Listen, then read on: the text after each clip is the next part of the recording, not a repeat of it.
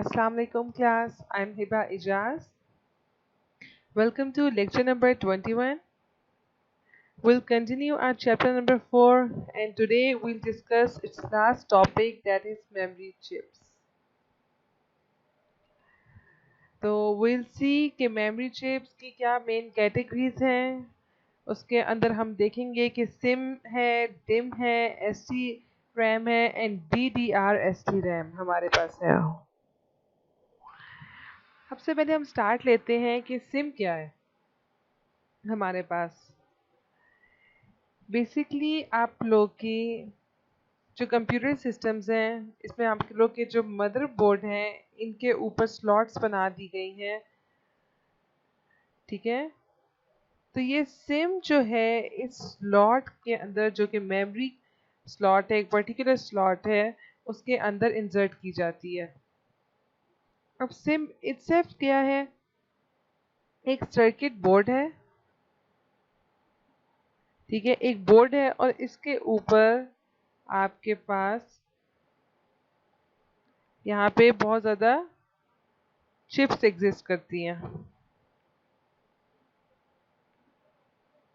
ठीक है, ये चिप्स जो हैं ये बेसिकली होती क्या है? ये आईसीज होती हैं और ये इन आईसीज के अंदर होते हैं हमारे पास ट्रांजिस्टर्स.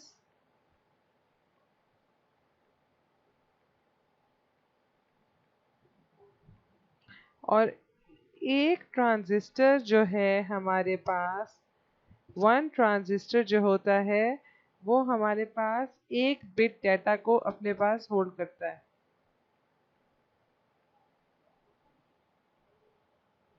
ठीक है, अब हमें कंप्यूटर में क्या है, मेमोरी की ज़रूरत पड़ती है. हमारे पास रैम होती है जो सीपीयू के साथ मिलकर काम करती है.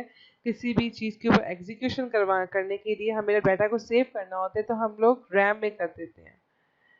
ठीक है, तो सिम भी बेसिकली एक रैम के तौर पे ही काम करती है. ये कंप्यूटर में मेमोरी ऐड करने के काम आती है और इसी को हम लोग मोस्टली रैम कहते हैं. ओके, इसके अंदर होती है single in line memory module. तो अब सिम जो थी हमारे पास, ये बहुत लाइक पहले हमारे पास होती थी, अब हमारे पास सिम को रिप्लेस कर दिया है डिम ने. सिम को रिप्लेस क्यों कर दिया गया है? क्योंकि सिम जो थी ये स्लो थी. ठीक है, इसके अंदर जो हम लोग डाटा को स्टोर करते थे, जो ये इसकी मेमोरी के अंदर डाटा को स्टोर किया जाता था किसी भी ऑपरेशन करवाने के लिए, वो हमारे पास उसकी स्पीड स्लो थी. अब इसकी स्पीड क्यों स्लो थी? क्योंकि सिम का जो ये सिम जो है इसके अंदर होती हैं पिंस. ठीक है, अब इसकी जो पिंस थी वो 30 पिंस थी खाली. ठीक है, या इसको हम लोग कह सकते हैं कि 70 पिंस. कुछ सिस्टम्स में अब हमारे पास सिस्टम्स आ रहे हैं उनके अंदर हमारे पास क्या आती है, 70 पिंस आ गई बाद में.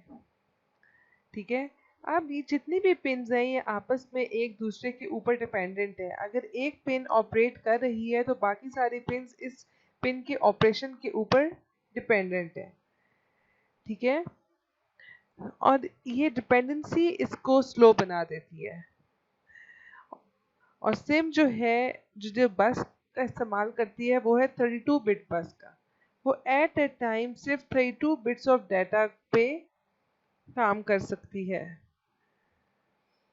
ओके, और इनकी जो स्टोरेज कैपेसिटी है वो भी कम है. वो सिर्फ हमारे पास अप टू 32 MB डाटा अपने पास सेव रख सकती है. ओके, तो SIM stands for single inline memory module. ये इट्सल्फ एक स्मॉल सर्किट है जिसका काम है डाटा को स्टोर करना, डाटा के ऊपर प्रोसेसिंग करवाते वक्त.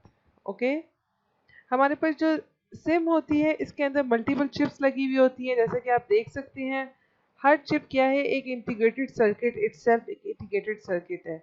इन इंटीग्रेटेड सर्किट्स जो है इनके अंदर हमारे पास मल्टीपल ट्रांजिस्टर्स लगे हुए हैं और एक ट्रांजिस्टर का काम होता है एक बिट स्टोर करवाना. तो इसके अंदर हमारे पास होते हैं मल्टीपल ट्रांजिस्टर.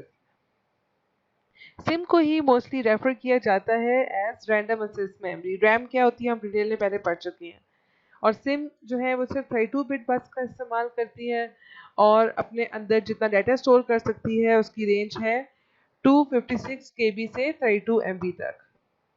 और हमारे जो पुराने कंप्यूटर्स थे 80s में 90s में उनमें सिम का इस्तेमाल किया जाता था। पहले जो सिम आती थी वो 30 पिन सिम थी, फिर उसके बाद हमारे पास 70 पिन आना शुरू हो गई सिम के अंदर, और ये सारी पिन्स एक दूसरे पे डिपेंडेंट है। एक अगर पिन इन ऑपरेशन है तो बाकी सारी पिन्स भी उसके साथ डिपेंडेंट हैं और उसके ऑपरेशन के ऊपर बेस कर रही हैं। नेक्स्ट जो हमने टाइप देखनी है मेमोरी चिप की, जो नेक्स्ट स्टैंडर्ड है हमारे पास रैम का, ठीक है, वो हमारे पास है डिम। ये बेसिकली सिम एंड डिम बताते हैं कि रैम का फिजिकल स्ट्रक्चर क्या है। जैसे कि मैंने पहले बताया कि सिम भी एक रैम ही है, ठीक है, तो इसको रैम के तौर पे ही रेफर किया जाता है। तो क्योंकि ये रैम का ही स्टैंडर्ड है, इसी तरह डिम जो है ये भी एक रैम का स्टैंडर्ड है। ये बताते हैं कि आपके पास रैम का जो फिजिकल स्ट्रक्चर है कि उन्हें किस तरह मैन्युफैक्चर किया गया वो क्या है। अब जो डिम है हमारे पास, इसके अंदर भी हमारे पास मल्टीपल चिप्स लगी हुई होती हैं, मेमोरी चिप्स लगी हुई होती हैं। ये चिप्स जो है हमारे पास, जैसे कि मैंने पहले बताया, ट्रांजिस्टर से बनी हुई होती हैं, इनको आईसीज कहा जाता है। और हमारे पास मल्टीपल ट्रांजिस्टर्स इसके अंदर होते हैं। एक टाइम पे एक ट्रांजिस्टर एक बिट ऑफ डाटा अपने पास स्टोर कर सकता है। अब DIMM stands for Dual Inline Memory Module. It is a type of computer memory. ठीक है, a DIMM is a small circuit board that holds memory chips. जैसे कि सिम एक स्मॉल सर्किट बोर्ड था जिसके ऊपर मेमोरी की चिप्स लगी हुई थी, वैसे ही DIMM एक स्मॉल सर्किट बोर्ड है जिसके ऊपर मेमोरी की चिप्स लगी हुई थी। अब डिफरेंस क्या है हमारे पास, सिम में हमारे पास पिंस कितनी थी, 30 से 70 तक पिंस थी, ओके। जो डिम है इसके अंदर हमारे पास होती हैं जो पिंस, वो होती हैं 168 से लेकर 244 पिंस, और ये सारी पिंस अपना ऑपरेशन इंडिपेंडेंटली कैरी आउट करती हैं। एक पिन अगर डाटा को कैरी कर रही है, ठीक है, तो दूसरी पिन इसके ऊपर डिपेंडेंट नहीं होती। सेकेंडली डिम के अंदर हमारे पास होती है 64 बिट बस, कि एक टाइम पे ये 64 बिट डाटा अपने साथ लेके जा सकती है, जबकि सिम में हमारे पास थी 32 बिट बस। इसके अलावा हमारे पास जो डिम है, ठीक है, उसकी कैपेसिटी हमारे पास कहाँ तक जाती है, 512 MB तक, जबकि सिम की कहाँ तक गई थी हमारे पास, सिम की डाटा अपने पास स्टोर कर सकता था मैक्सिमम 32 MB, ओके। तो क्योंकि हमारे पास डिम के अंदर 32 बिट पाथ है, 32 बिट बस का 64 बिट बस का इस्तेमाल कर रहा है, तो ये अपने पास अगर डाटा को ट्रांसफ़र करना हो एक पॉइंट से दूसरे पॉइंट या मदरबोर्ड पे किसी और कंपोनेंट तक, तो ये बहुत जल्दी एट वंस डाटा को ट्रांसफ़र कर सकता है, ठीक है, क्योंकि 64 बिट बस है, at a time 64 bit of data अपने साथ कैरी कर सकता है। और डिम ने हमारे जो सिम है इसको रिप्लेस कर दिया है क्योंकि ये फास्ट है और ज़्यादा बेहतर वे में काम करता है, ठीक है। नेक्स्ट हम लोग देखते हैं कि एसटी रैम क्या होता है हमारे पास। एसटी रैम भी हमारे पास एक टाइप है रैम की, type of RAM. ST RAM को देखने से पहले हम देखते हैं कि हमारे पास डी रैम क्या होती है, क्योंकि ये S D RAM further D RAM की ही एक ब्रांच है।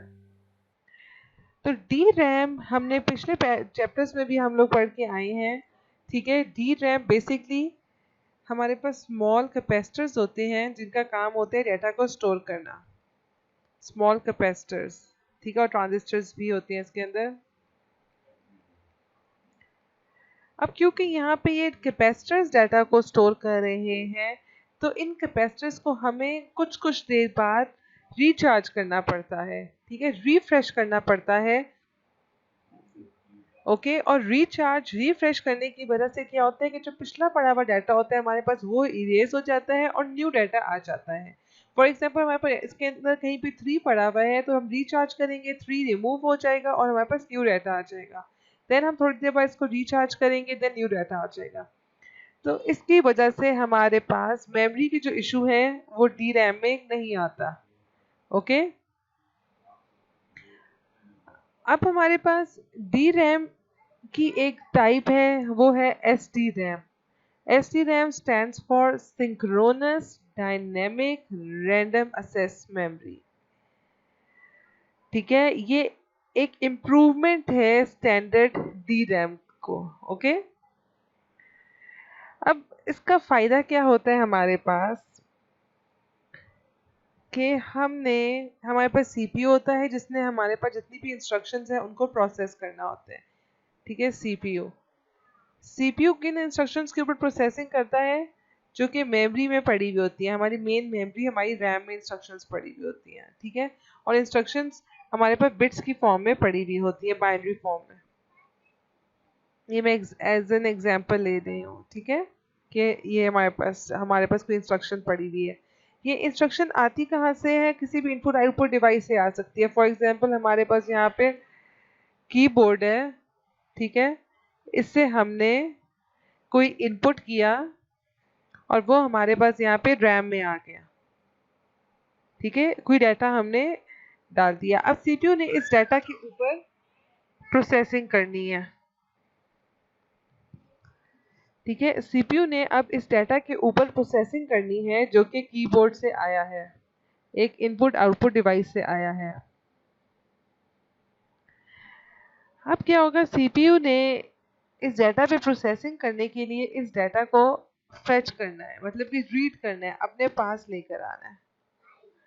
और वंस इस डाटा की प्रोसेसिंग हो जाए, डाटा रीड हो जाए, तो इसको वापस रैम के अंदर कहीं ना कहीं डालना होगा, मतलब कि राइट करना होगा। ठीक है, वापस राइट करना होगा।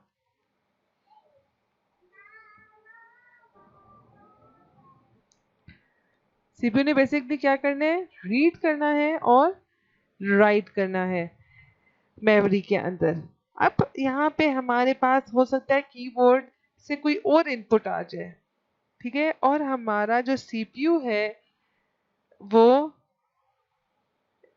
कीबोर्ड ने से दोबारा इनपुट जो आया है उसको मेमोरी में स्टोर कराने में बिजी हो जाए। ठीक है, कीबोर्ड ने यहाँ पे हमारे नॉर्मल जो ऑपरेशन चल रहा था इसको क्या कर दिया? इंटरप्ट कर दिया। और अब सीपीयू बिजी हो गया है इस इंटरप्ट को हैंडल करने में और आईओ की तरफ चला गया है, कीबोर्ड की तरफ चला गया है कि उसने जो नया इनपुट है उसको अंदर एंटर करवाए मेमोरी में। ठीक है, अब होता क्या है कि हमारे पास यहाँ पे एक साइकिल चल रहा था और इंटरप्शन आया, सीपीयू इसकी तरफ चला गया और हमारा रीड राइट साइकिल डिस्टर्ब हो गया। तो जो एक रीड राइट साइकिल होता है, फेच और राइट, देन फेच राइट, ये क्या होता है? ये क्लॉक साइकिल होता है।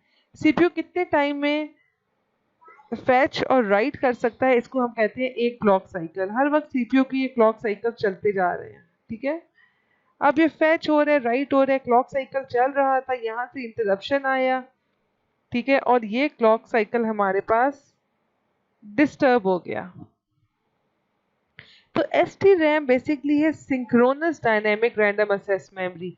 इसके अंदर जब कोई इंटरप्ट आता है तो सीपीयू क्लॉक साइकिल को डिस्टर्ब नहीं किया जाता। ठीक है, जो ये क्लॉक साइकिल है ये सिंक्रोनाइज होता है। ठीक, कि हमारे पास एक क्लॉक साइकिल जब कंप्लीट होता है तो सीपीयू एक मुकम्मल काम अपना कंप्लीट कर लेता है। ये दो सेट ऑफ मेमोरी अगर हमारे पास हो, ठीक है, तो उसके दरमियान हैंडल कर लेता है कि अगर यहाँ से कीबोर्ड को भी मेमोरी की ज़रूरत पड़ रही है और यहाँ से सीपीयू को भी ज़रूरत पड़ रही है तो ये इसको हैंडल कर लेता है और हमारे क्लॉक साइकिल को डिस्टर्ब नहीं करता और इसी वजह से इसको सिंक्रोनस कहा जाता है। ठीक है, ये ऑल्टरनेटिवली दो मेमोरी सेट्स के दरमियान काम कर लेता है। ओके, और इस वजह से इसकी जो स्पीड है वो भी तेज़ हो जाती है। और जो हमारी मेमोरी है ये किसके साथ सिंक्रोनाइज हुई हुई है? सीपीयू की क्लॉक स्पीड के साथ सिंक्रोनाइज हुई हुई है। ठीक है, जितनी जो क्लॉक चलती जा रही है एक क्लॉक साइकिल में ये अपना काम कंप्लीट कर लेता है और क्लॉक आगे चलती जाती है और सीपीयू का साइकिल हमारे पास इंटरप्ट नहीं हो रहा। नेक्स्ट टाइप हमने जो देखनी है that is DDR-ST RAM. DDR-ST RAM double data rate ST RAM. ठीक है, double data rate ST RAM क्यों कहा है? इसको कंपेयर किए कर रहे हैं ST रैम से जो बेसिकली थी। ठीक है, ये आगे से फर्दर एक्सटेंशन है ST रैम की। ठीक है, अतः इम्प्रूवमेंट है उसकी। और इसको double data rate ST RAM कहा गया है क्योंकि ये ST रैम जो इतना हमें रीड राइट ऑपरेशन की इतनी कैपेसिटी प्रोवाइड करता था, DDR इससे डबल प्रोवाइड करता है। ओके, ये हमारे पास इम्प्रूव्ड मेमोरी क्लॉक स्पीड हमें प्रोवाइड करता है। क्लॉक स्पीड क्या था कि कितने टाइम में कितनी इंस्ट्रक्शंस को सीपीयू ने फेच किया है, उस पे रीड राइट ऑपरेशन परफॉर्म किया है। ठीक है, तो जो DDR-ST रैम है ये हमारे पास दो कंसेक्टिव वर्ड्स को एक क्लॉक साइकिल में रीड और राइट कर लेता है। ठीक है, ST रैम एक को करता था, ये दो को करता है, ये इसकी स्पीड डबल है उससे।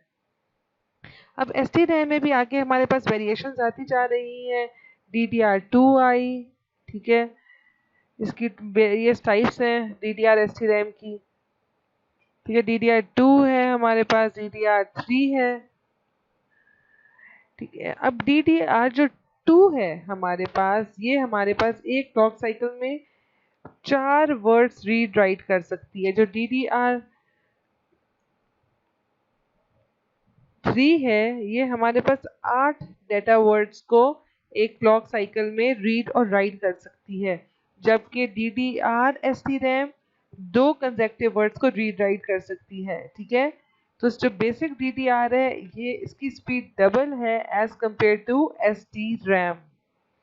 ओके, एंड इसके आगे से फर्दर इसकी न्यू टाइप्स आ रही हैं, जो लेटेस्ट हमारे पास कंप्यूटर्स आ रहे हैं। ठीक है, उनके अंदर DDR3 इंस्टॉल्ड है। अब देखा जाए कि जो मदरबोर्ड, ठीक है, जो मदरबोर्ड अगर एक मदरबोर्ड के अंदर सिम, ठीक है, मेमोरी मॉड्यूल लगा हुआ है तो उसके ऊपर हम डिम नहीं लगा सकते। ठीक है, क्योंकि हमें मदरबोर्ड सपोर्ट नहीं प्रोवाइड करती। तो अगर आप ड्यूल इनलाइन मेमोरी मॉड्यूल की तरफ स्विच करना चाहते हैं तो अपने मदरबोर्ड को आपको चेंज करना होगा। ठीक है, तो इन सब मेमोरी चिप्स के लिए मदरबोर्ड की सपोर्ट प्रोवाइड करना ज़रूरी है। अगर एक मदरबोर्ड सपोर्ट प्रोवाइड करती है एक specific type of memory chip के लिए, तभी उसके ऊपर वो काम कर सकती है। सो आज के लिए इतना ही, हमारा चैप्टर कंप्लीट हो गया। इंशाल्लाह हम नेक्स्ट लेक्चर में अपना 5th चैप्टर स्टार्ट करेंगे। तो आई होप कि आप लोगों को इतना आता होगा, साथ साथ पढ़ रहे होंगे। और अगर कोई क्वेश्चन हुआ तो प्लीज़ टू आस्क, एंड अपने क्विज के लिए अच्छा प्रिपेयर करना। And thank you so much. अल्लाह हाफिज़।